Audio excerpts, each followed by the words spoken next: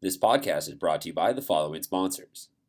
Your San Diego County Toyota dealers. We've got what it takes. Fix Auto. Corky's Pest Control. And Lolita's Family of Restaurants. Hey sports fans! Mr. Seaped, Full-Time Hoops. What's up, guys? We are here with the semifinals Oh, man. for Division 3. Look at this, folks. Mount Miguel, Point Loma, Montgomery, Sage Creek. Didn't pick him. What is going down? How did this happen, Aaron?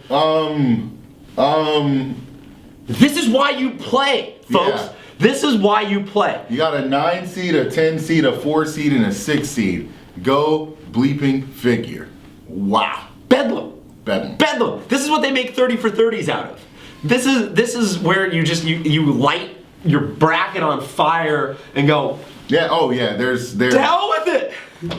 No, I got 1 out of 4. This is basically, the final four of the NCAA bracket the last 3 years, where I've come in all, 99 percentile, oh yeah, I'm gonna win this ESPN prize, and by the final four, I'm just sitting there with, the crying Jordan face on my bracket. This is bad. Okay, but this is awesome. So we're pushing analytics out the window. No, we're getting rid of common sense. And we're here to make our picks for who is going to be going to the finals. Here we go. Let's start with our first game.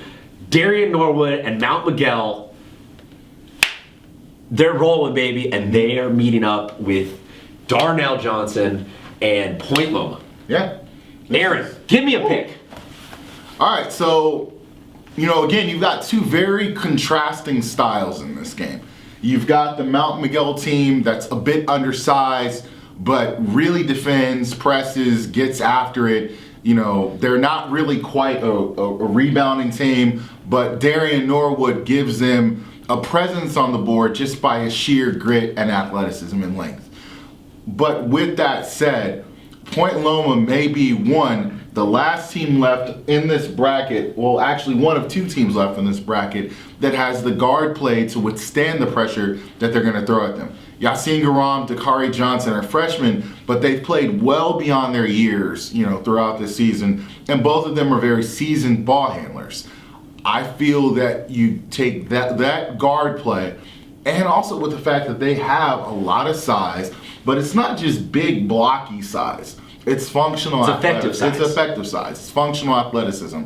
You've got Darnell Johnson at 6'5". You got Carlos Armendez at 6'6.5", big body. Tyler Morris coming off the bench at 6'5". And then there's a guy that doesn't get a lot of ink.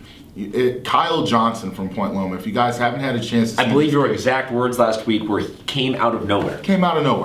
Literally just appeared poof on the court in a jersey. Just an apparition. I was, who is this 6'4" kid? Oh, he's hit a 3. Oh, he's hit another 3. Oh, he's hit an 18-foot jumper. Wow, this kid actually can play. Came back another game, just wanted to see if anything was different, but no, this kid has been solid all season. So there you have 6'4", 6'4", 6'5", and 6'6.5", and all very, fairly skilled to very skilled players.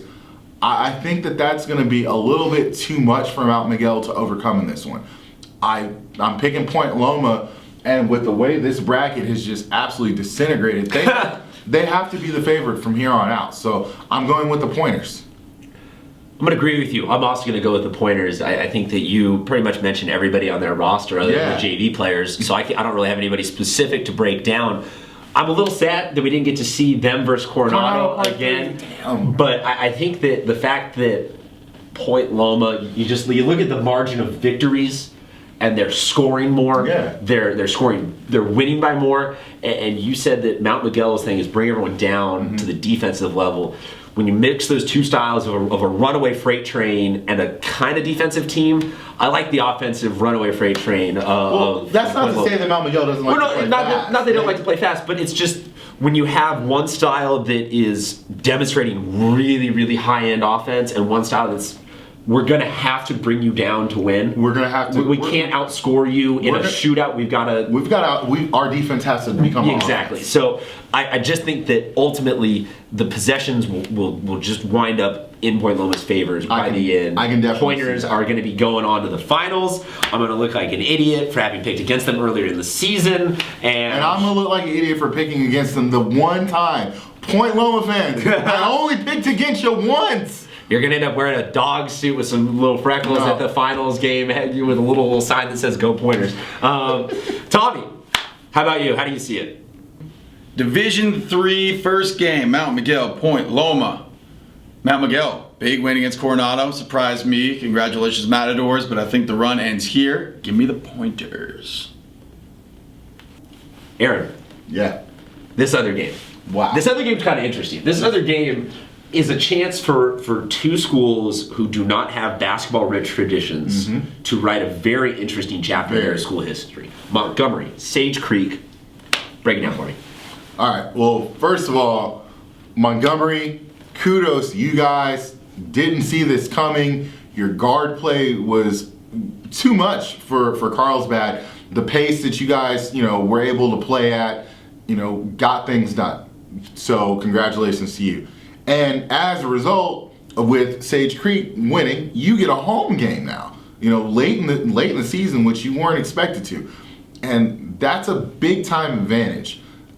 You've been to the Aztec Center, right? Mm-hmm. It's one of the 3 best gyms in San Diego. It's nice. It is really nice. I mean, just opened a couple years back. Lots of space. Just love the layout. It's a great place to play. It's a player's gym. It is. And they've got kids who can get the job done. Timmy Crawford, Kyle Perenata, and a couple of other guys. A guy I think is going to be an X factor in this game is going to be Sebastian Morgan. He's a sophomore like Perenata, 6'1", kind of a bigger. He's one of their bigger guard/forwards at 6'1.5". They're not a big team. We've already talked about that before.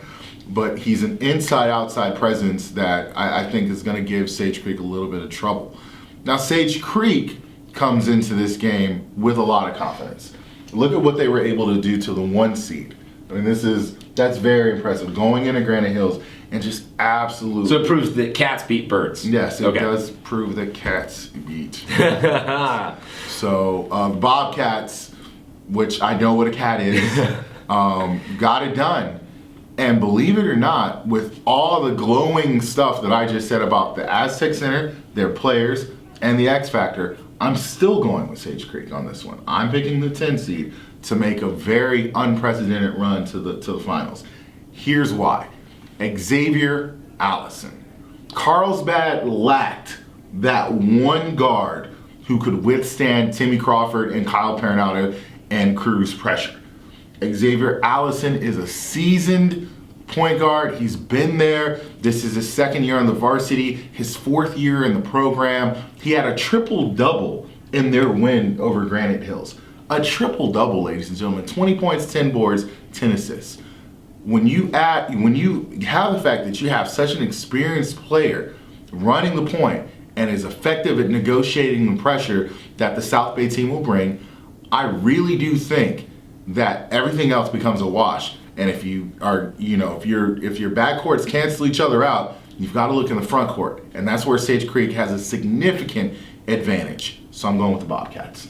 I'm going to agree with you on this one. I think that Sage Creek is misrepresented as a 10.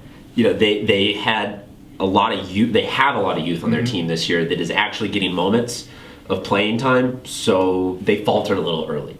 We saw some losses happening in the Holiday Classic and whatnot that maybe were a result of them trying things out and experimenting with things, and so that ultimately hurt them in the way that CIF does their power rankings. So it wouldn't surprise me if Sage Creek could have come into this really as like a 6 seed, something like that. Yeah, so I don't think that this is oh my goodness, a 10 seed has just come out of nowhere, because they haven't. Well, they have quality players. And not to mention, they play in one of the tough leagues. They play in a tough league. Yeah. They're a school that just is literally, this is their first group of seniors, so there's a misunderstanding of the amount of talent that's there. Mm-hmm. For that being said, I'm picking Sage Creek to go to the finals. Let's do it. Oh yeah. Tommy, how do you see it? Montgomery, Sage Creek, keep it short and simple, Bobcats.